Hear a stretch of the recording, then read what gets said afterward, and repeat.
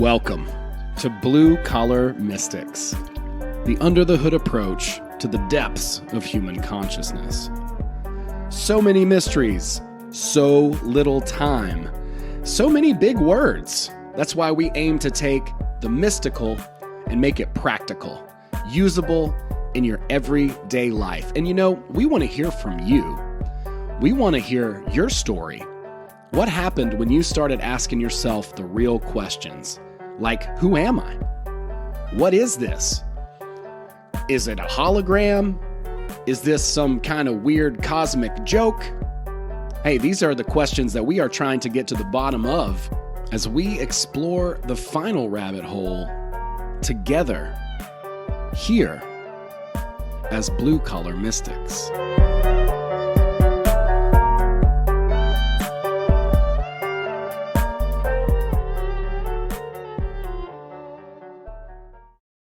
All right, everybody, welcome to another fantastic episode. I know it's going to be fantastic in advance.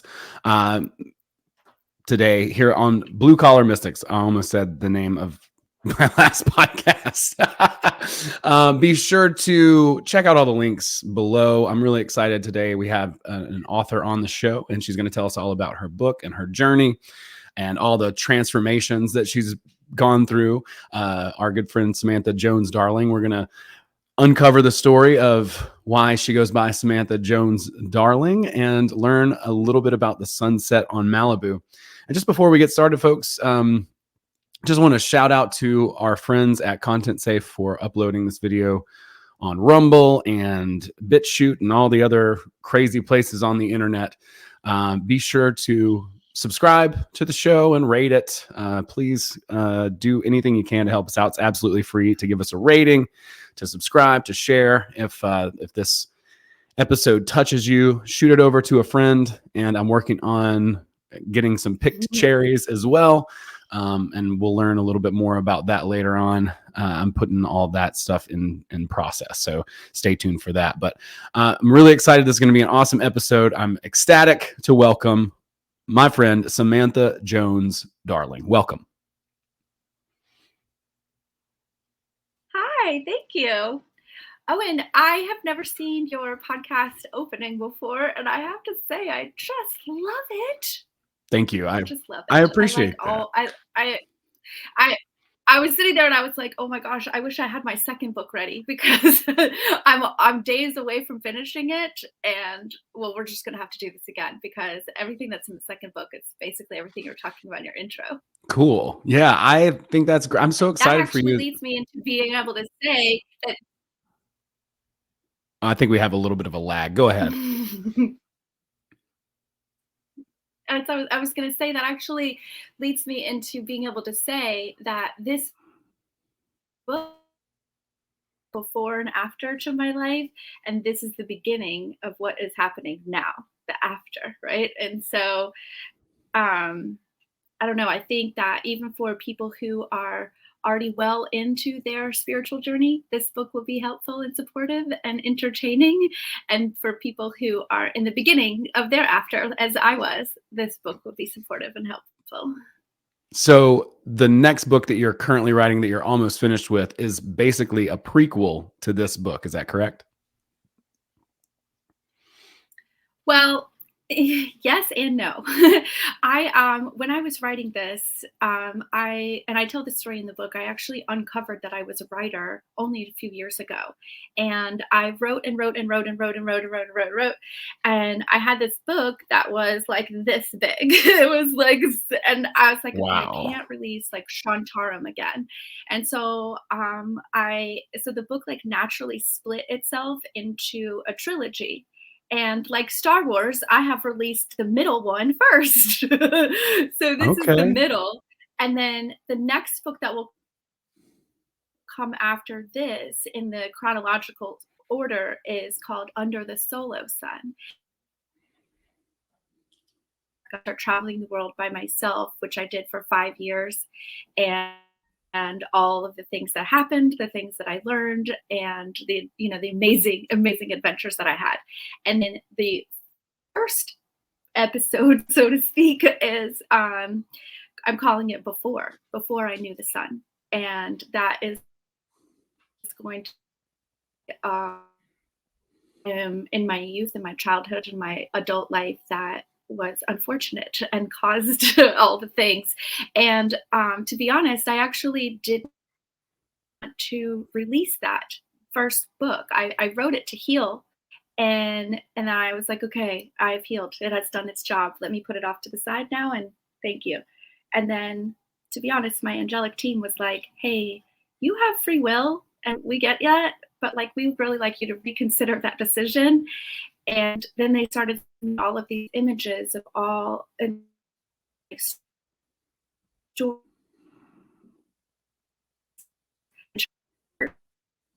the world, and I was like, well, okay.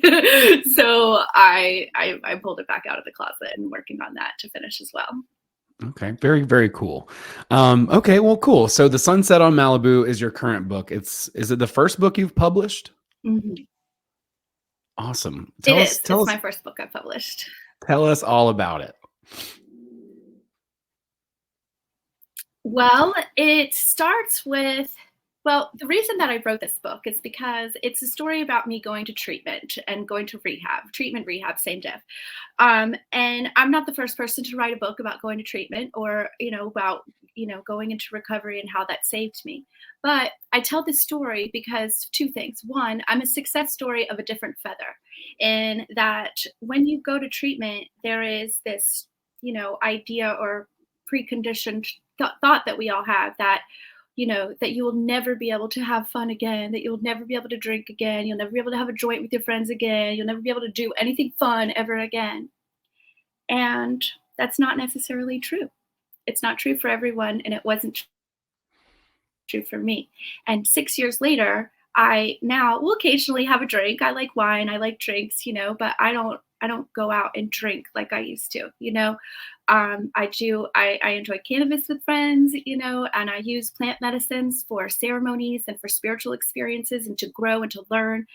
And so I tell this story because I was misusing many things and I was overindulging, and I needed what I call a fasting. I needed a long, long pause. And during that pause, I researched my own self to find out, am I an alcoholic? Am I an addict?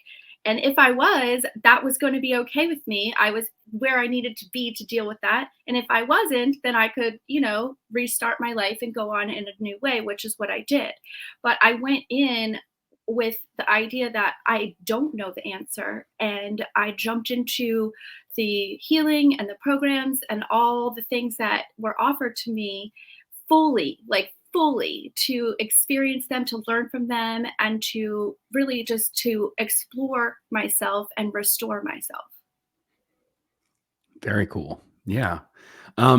So cool. Well, I think that's great. And moderation in all things, right? And some people can do the moderation thing. Not everybody can, but I think that's really cool that you are willing to say, hey, you know what? Whatever it is, I'm willing to do what I need to do to solve this problem. And I'm really happy for you that, because I understand that too. Like I used to date a girl, for instance, who had a problem with alcohol, and I really didn't want to date somebody who was sober, completely, because I wanted to go out and get a bottle of wine or do Mhm. whatever, from time to time. But at the same time, much respect for anybody who completely abstains as well. And I think it takes us all a long time to kind of find our balance, wherever that may be, and we're all obviously very different. But that was kind of the For catalyst sure. And for you. yeah, and there's so many of us, and I'll speak about Americans because this is where I'm from. But in America, we have this because of movies and television and our lack of communication skills with each other. Honestly, we have this idea that going to treatment is a failure. Oh, she has failed at life. She is in treatment. She's in rehab. But it's exactly, the subtitle is, the end you fear may just be your new beginning. And so I wrote this book, and I was very open and very open about what happened and what I thought and what I went through while I was there, because I was terrified of the failure that I thought that I had become. But what I found is that it was actually the new beginning that I needed, and I needed help and I needed support. And both of those things were very difficult for me to ask for and very difficult for me to receive in the beginning. And over time, I've learned, right? Because all things, we have to practice them. If they're new, we practice and we get used to it. And then it becomes part of us, and then it becomes something we master, And so, but this, like, just taking that one step towards yourself, whatever that is, that's the inspiration that I am getting from my readers and that I intended to put into the book. Oh, that's great. So it is based on a true story. Is it written kind of fictionally or is it autobiographical? Oh, yeah. No, no. Oh, it is straight up exactly what happened. Okay. There is. I did not hold anything back. There's a chapter called the fuck it's, where I talk about when I was like, fuck it, and then looking back on it, realizing that when we spot, because that can happen in a lot of different ways. We could be on a diet, right? And we're restricting, then we're like, fuck it, that's it. I'm going to get Yep. some ice cream, right? That's the fuck Mhm. it's, right? And they could come in a lot of different ways. They could come with when we're trying to avoid talking to someone. They can avoid, or when we want to work out and then we don't have the energy, right? But what I found in my own introspection was that the fuck it's come from a lack of self-service, a lack of love and attention to ourselves. Because if we are able to give ourselves love and attention, then we don't need to turn to outside things like sex or alcohol or ice cream or shopping or any of the things that we as humans like to just use to distract ourselves. Yeah, that's really good. I like the term a lot. I'm very familiar with saying fuck it and going and getting a pint of ice cream. That was me during the pandemic. That was my go-to. I was like, well, I can't go out. I can't talk to anybody. I'm just going to go to the grocery store. That's the equivalent of the nightclub in 2020. You know what I mean? And just snag a Mhm. pint of Ben and Jerry's or whatever and go eat it at home by myself. Um, Exactly. so And yeah, yeah, and then when we decide to just, like, instead of do that, to just sit there in the discomfort, we just sit there in the discomfort and then ask ourselves, what do I really want right now? And it's usually love in some format or another, whether it's more rest or whether it's healthy food or whether it's a chat with a friend or a hug from your, whatever it is, it's the answer is 99.999% of the time a version of love that you need to serve yourself. is that something that you picked up through recovery, or is that something that you discovered yourself?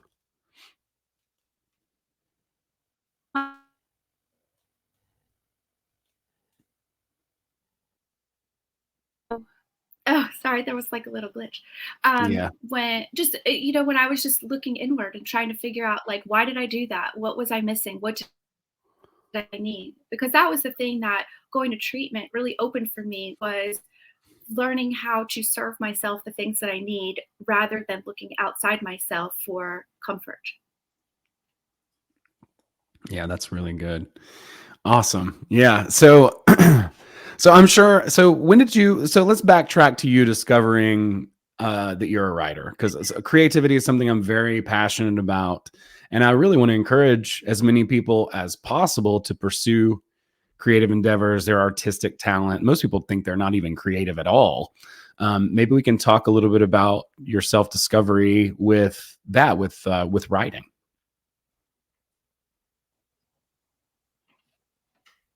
I would love to. In fact, I completely agree with you. And I believe that all humans are artists. It's just that many of us don't know what our art is.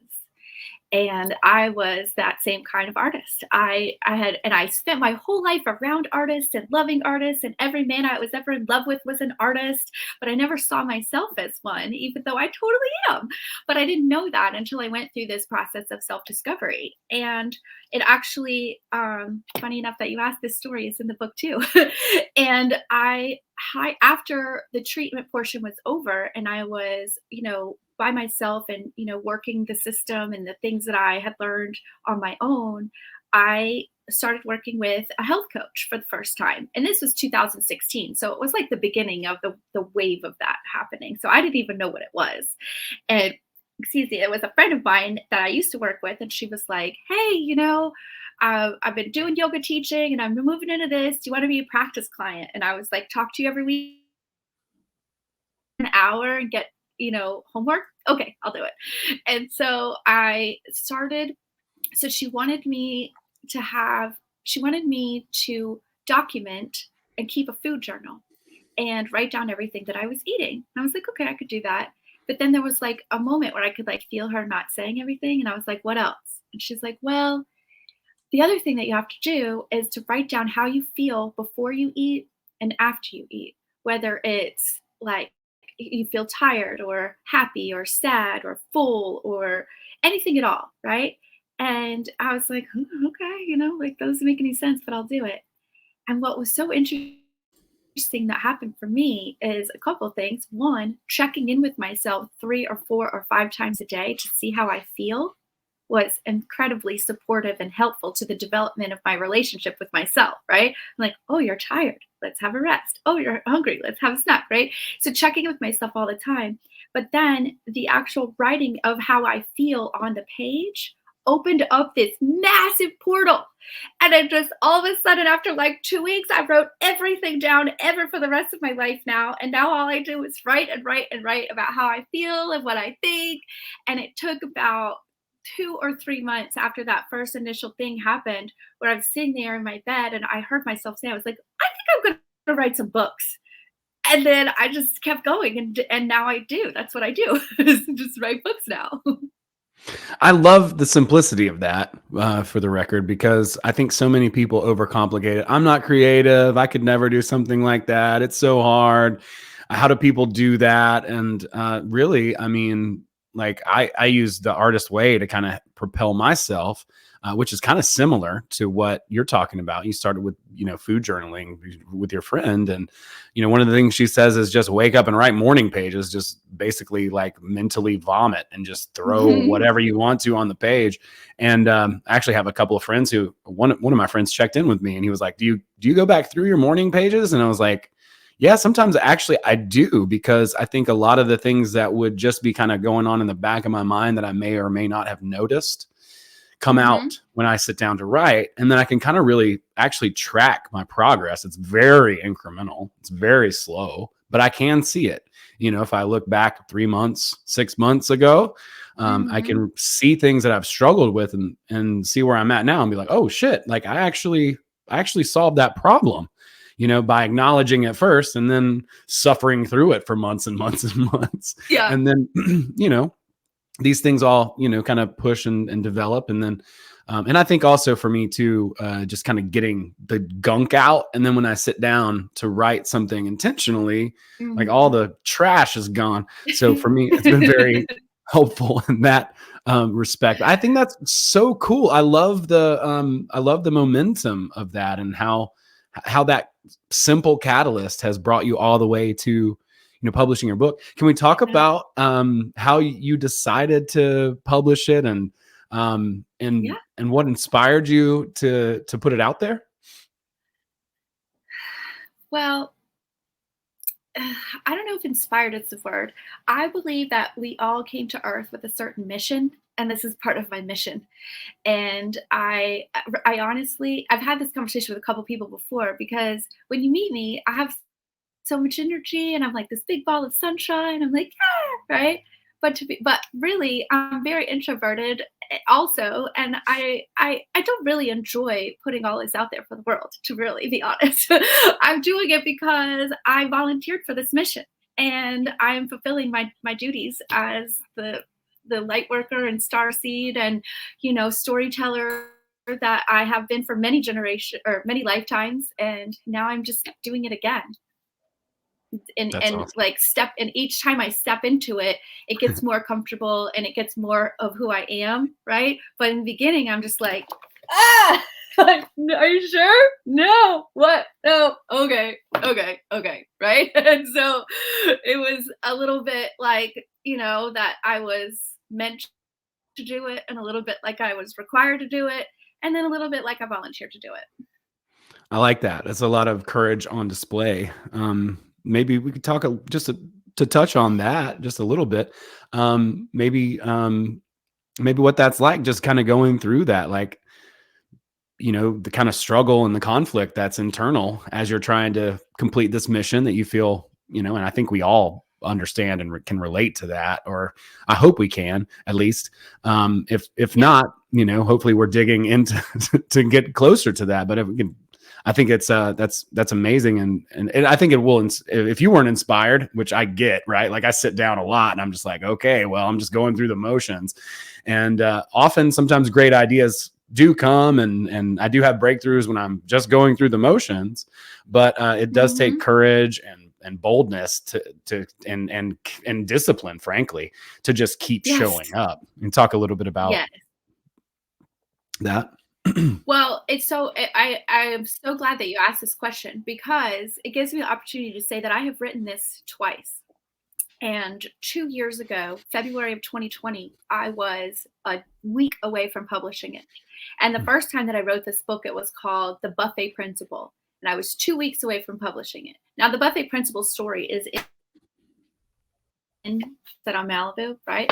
But I was sitting there and I had gone through the whole thing and I had a marketing plan and a cover and the book and everything was just all about you. And my whole body just started filling with all this anxiety. And I was living in Croatia at the time. Wow. And I was about to come back to America to do my book launch.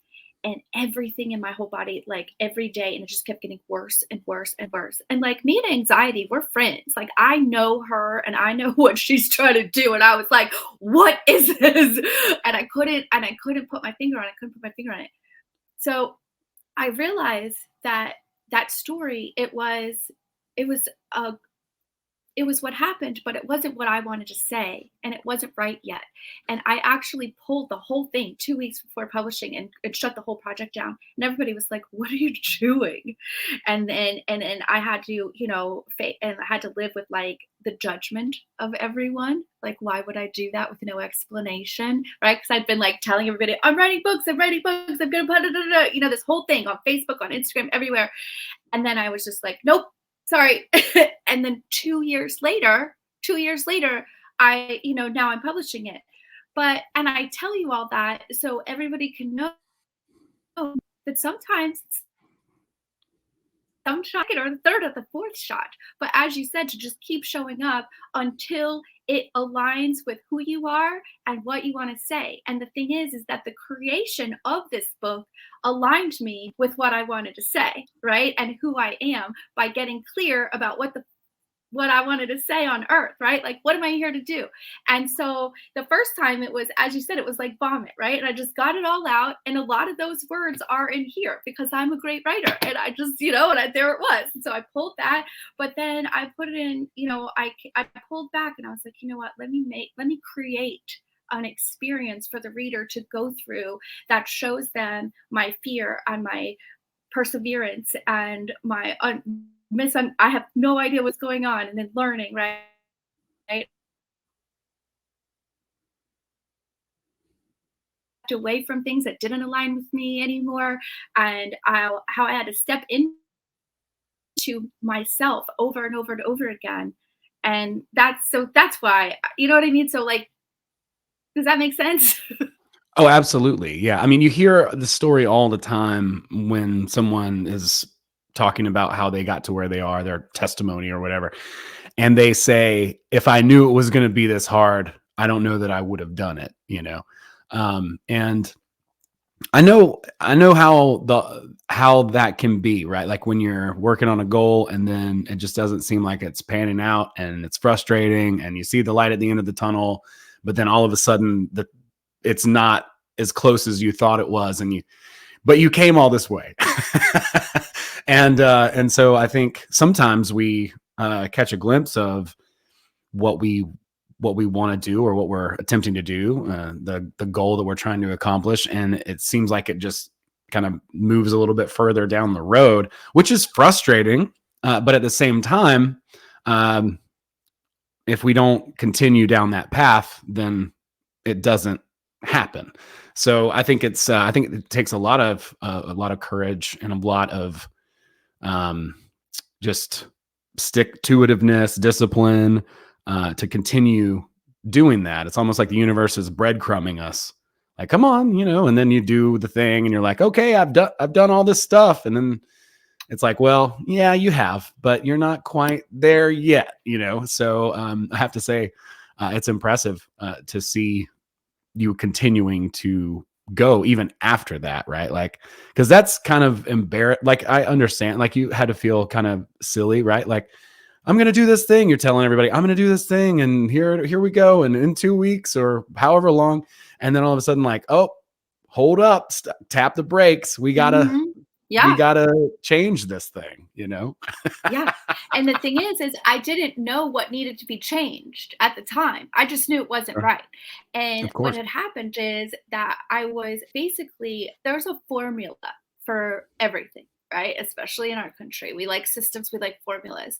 And I was put through the memoir formula, so to speak. And um it was but it was not authentically the story that I wanted to tell. Mhm. And I had to back up and create my own platform to stand on. And that's what was the most important thing. And it took 2 years, and that's okay. And then I actually had the trip planned to America. So I came anyway. And then I got stuck in America when I was living in Croatia during the pandemic. And I had spent the 4 years up to that point intentionally solo, creating a relationship with myself. And then the whole world shut down, and there I was solo again. And I was like, oh, and I was like, you know what?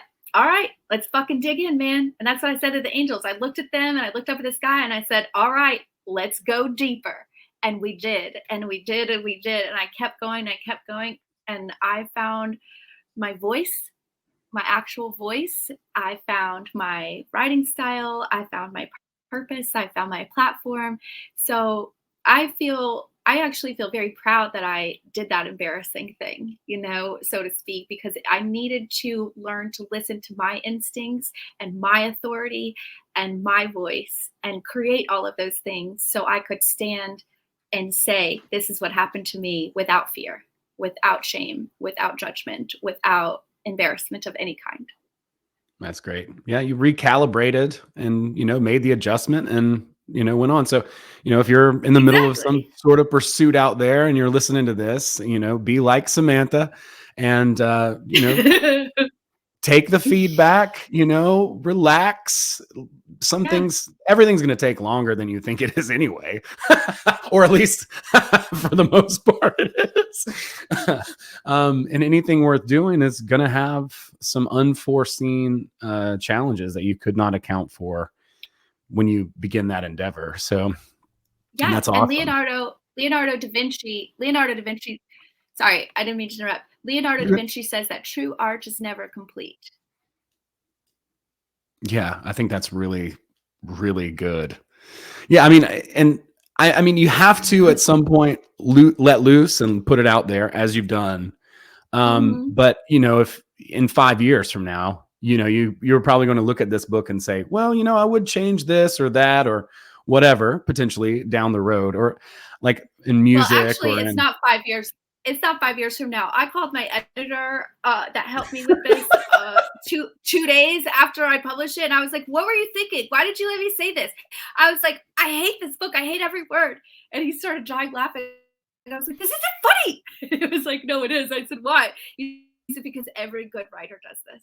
He said, "The Mhm. writers that I've worked with that are not good writers, they don't have this moment." He said, "But Mm. every writer, real writer that I work with, the minute it gets out there, because I was like, why did I say that? Why did I? But it's what needed to be said, and I do stand by all this. It was just like from the artistic standpoint, I'm already writing it again in my head. I just need to move on to the next thing.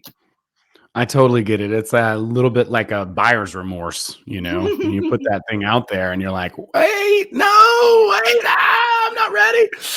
I want to change something. And Yeah. you know, It's like unfortunately, that moment after you drink ayahuasca and then you're like, "Wait a minute, I wanna go back," but you can't. yeah, you'll You're never be laying the on the same. "I wanna go back, I wanna go back." What have I done? Oh, that's great. Well, I definitely wanted to talk to you and ask you about your name and why you go by Samantha Jones Darling. Would you indulge us and let us know, other than your bubbliness and super positive energy? Yes. Well, okay, so I was living in Indonesia, and I had been there for about 18 months, and I was so tired of being hot and sweaty and dirty. And I was also, um, as someone who is, expresses herself and works with words, I was like feeling like, oh, I need to be like where people speak English for a while, where people, care about writing, and I was like in the beginning of all of this, becoming a writer. And I was on the plane going from Indonesia to London because I decided London is the place for me, right? Where everybody speaks English, they care about the English language, it's where English language born, and also London, right? Who doesn't want to go to London? So I was like, let me go live in London. So I pack up all my stuff and I'm on the plane and I am changing my Instagram name and I'm trying to find something like Samantha Jones writer, right? Because that's like Elizabeth Gilbert has Elizabeth Gilbert writer, right? And Cheryl Strayed, she just says Cheryl Strayed. But Samantha Jones was obviously taken. Samantha Jones writer was taken. I was not about to use Samantha Jones 1237, right? Or anything like that. And so I was sitting there and I was like, and I was like, ooh, Samantha Jones, darling, right? Like I was going to London, Ah, darling. okay. And then I changed on my Instagram name. And then the editor I was working with at the time, I told her, she was like, oh, I love that. And she was like, you should use that as your pen name. I was like, oh, I think I will. And so then I changed it. And then I just liked it so much. I just changed everything to that. And so that's what I use now. So like in my head, I always hear like somebody from England saying, Samantha Jones, darling. Okay. Okay. Yeah, I love it. It's so classy, Darling. Mm. Exactly. Yeah, it's And about whenever how I you say it. it is, it is. Whenever I call my friends who are from there, I'm like, you know what to do. And then they say, Samantha Jones, darling, for me. Yes, darling. Oh, that's cute. I like that for sure. Yeah, that's awesome. So this is a personal story. It is you, it's your experience, and I'm sure there are some juicy tidbits. There are. It's a great story about romance. There's tragedy. I mean, like once you get through the first two chapters, it's just like with anything when you're healing,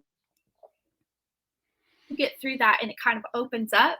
And that's very much how this book experience is. Once you get through the second chapter, then it's like all of a sudden just wide open and all this cool stuff happens. Like I tell the story about the first time that I felt the love of the universe from within. That was fucking magical as shit. And that was not how I describe it in the book. But I talk about, the first time that I met the kind of man that is somebody I'd want to spend time with versus the men that had been in my life before. And the universe being like, no, girl, like this, and she just took my shoulders, but no, like that. And then I was like, oh, okay, yeah, this is good. So like that whole story and this, and then there's tragedy too, and there's parts where I show the not perfect moments. I was not a perfect patient. I didn't do everything right, but I kept going and I kept learning, and I didn't give up on myself, and I uncovered. I honestly didn't know if I was going to be successful when I left. I really didn't know what kind of person I was underneath all those drugs and alcohol, and really mostly underneath all this spiritual and emotional pain I was carrying, and I had no idea who was underneath there. And then I uncovered like all this amazing stuff, and there was amazing teachers that I found in my friends, and I believe we learn from everybody, right? And so everybody that I met became my teacher. Everybody that's in this book is somebody I adore, to this day, and will always be part of my story. And our names changed to protect the innocent. Some are. Some people, I asked everybody in the book. So like Jake, that's in the book, Jake the unicorn, his name is Jake. And I was so glad that he didn't make me change that, because Jake the unicorn is like how it sounds in my head. But then the character Sloane in the book, that's not her name in real life. She wanted, and I let her pick her name. She picked Sloane, and it It's a happens cool to be name. my goddaughter's name.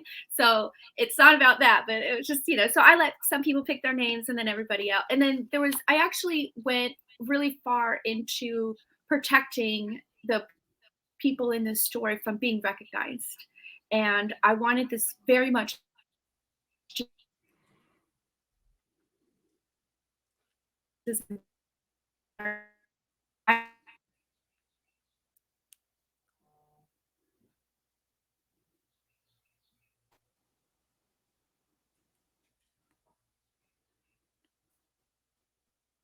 Oh no, you're froze.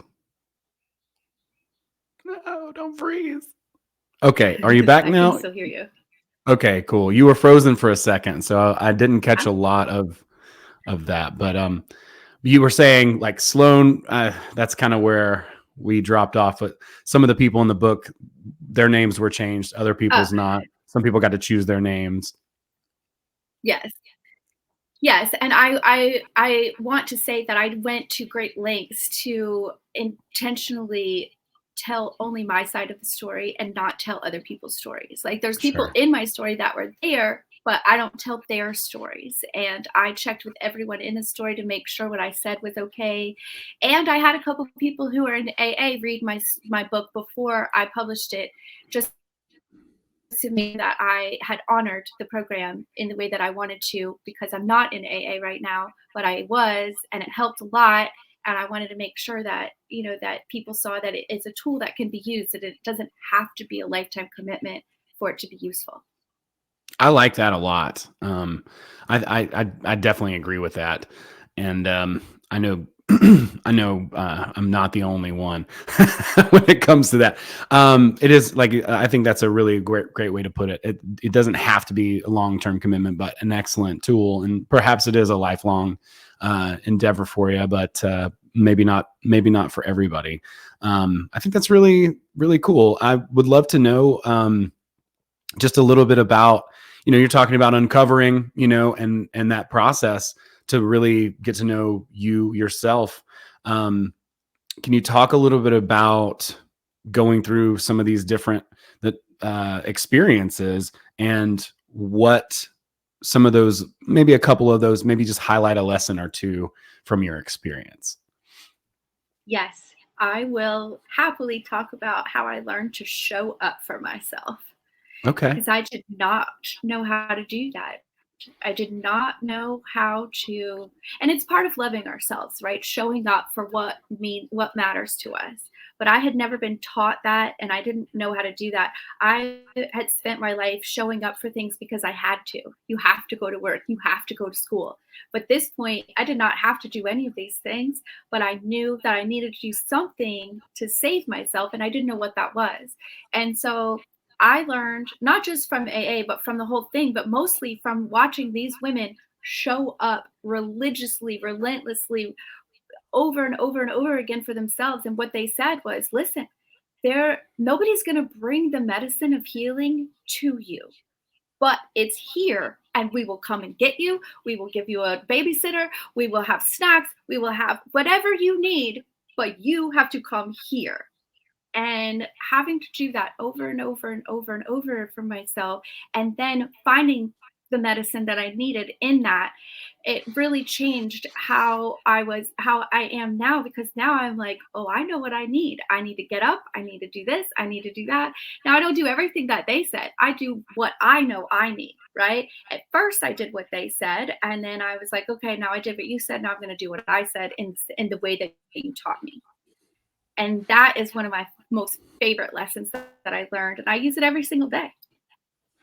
That's awesome. Yeah. I mean, we hear a lot of these terms like that, like show up for yourself, just kind of thrown around. It gets kind of cliche. So it's Mm-hmm. good to hear like a proper explanation, for that. How would you encourage people to show up for themselves if they are unfamiliar with that particular process, their own? Hmm. Well, I suppose well, that's kind of a big question, honestly. It is. It just depends. It is. I mean, like, if you want to, well, what it depends. Like, you have to be more specific, right? Because are you trying to show up for yourself because you want to become emotionally healthy, or physically healthy, or spiritually healthy? Whatever vein you choose. That's a big question. I mean, I guess what I would say is to start with one small thing and do it over and over and over again until it becomes part of you. And then you take another small thing and you do that over and over and over again until it becomes part of you. And and you just add one layer at a time. And that's exactly what I use with my clients now. When I help people in their own lives, is starting with one little thing. And I tell them, like, when we're trying to change the way that we eat, the reason why many of us don't it doesn't work out the way that we imagine is because we're taking on too much at once. We're like, oh, I need to eat healthier, so we empty the entire refrigerator, and we want to change everything about everything. And what works is changing the first thing you do when you wake up, right? Instead of having a Diet Coke or coffee, drink a water and then have your coffee, right? But start with the nice thing, right? And then each day, like, let's say you're trying to get rid of coffee, right? And so you do it a little bit at a time. And then, after a while, and then after, over 6 months, then coffee is the treat that it's meant to be and not the crutch that you're relying on to. Uh-oh. And then she was gone. Well, I'll sum this up as building tiny habits, which is what she was talking about. Maybe she'll come back in. Perhaps she will. Same link here. Oh, there we go. All right. Welcome back. Yeah, thanks, guys. I was sitting here talking. I was like, oh wait, he's gone. That was great. No, that's great. I loved what you had to say about that. That's really, really good. We do want to clean out the fridge and do all these things and change. We're going to but building those small habits tend to be a lot more effective than trying to I'm going to live a completely different way of life now. It's like, yes, just start with a tiny thing, start with, start with showing up with something that you're motivated to do for yourself, whatever that is. For me, like, to get a little bit of momentum and progress going, I talk a lot about morning pages. For me, that was something I could show up for, even if I didn't write for the rest of the day, or if I didn't, for some people it's meditation or a walk or going to the gym or whatever. And then as we continue to move in that direction, it gets a little bit easier and easier to be there for the things we need to do. It does. But you know what else, though? It's also important to talk about looking at the energy that is within you, that we'll call a block, the block of energy, the density of energy that is keeping you from choosing to do this thing easily. Right? So, for example, let's say you're somebody who wants to work out more, right? Okay, you don't get up in the morning. Why don't you get up in the morning? Right? That's where the energy, the attention needs to be focused on, right? Is it, like, what is preventing you from doing it? Is it because you're not going to bed early enough the night before? Is it because, you're like, oh, I'm just lazy? Okay, but why are you lazy? What is preventing you from choosing yourself? Is it a lack of self-worth? Is it a lack of self-care? Is it a lack of time? Is it a lack of motivation? Like, what is it? And move those blocks out of your way and then give things a go. You know what I mean? Absolutely. Yeah, I think that's great. It could be a teeny tiny thing, like go scrolling on your phone before you go to bed and getting tons of blue light, and then you wake up like groggy the next day. Or right. It could be something simple, just a late night snack, or whatever. Just getting on. For me, it was before the pandemic, or like right at the beginning of it, was like just getting on Twitter immediately when I got up. And it's like, this is not good for my mental health for the rest of the day. Like, my trajectory was like, meh. And if I would have just started with a positive habit, right? Like, and then get on Twitter and troll, Yeah. Troll all day long, but serve yourself first. Right. Serve Exactly. yourself first. That's We great. cannot say that enough in this world today. Serve yourself first. Agreed. Well, so you work with clients. You want to talk and share a little bit about that? What's your work look like, and who do you like working with? And Well, it's interesting. I love to help anybody who's ready to transform. But the clients that I typically get are men in their late 30s or early 40s. Either they're going through a transition, they're often just coming out of a divorce and they are ready to choose themselves. And I help them do that in a more mindful, controlled way rather than getting divorced and getting on Tinder and doing that route. I can come to them and help them figure out who they are and what they need and how to heal from the experiences that they just came from that weren't working for them, and how to create the life that they want moving forward. And I also work with and I love this group. I work with young adults ages 15 to 25. And I love working with the men. I do.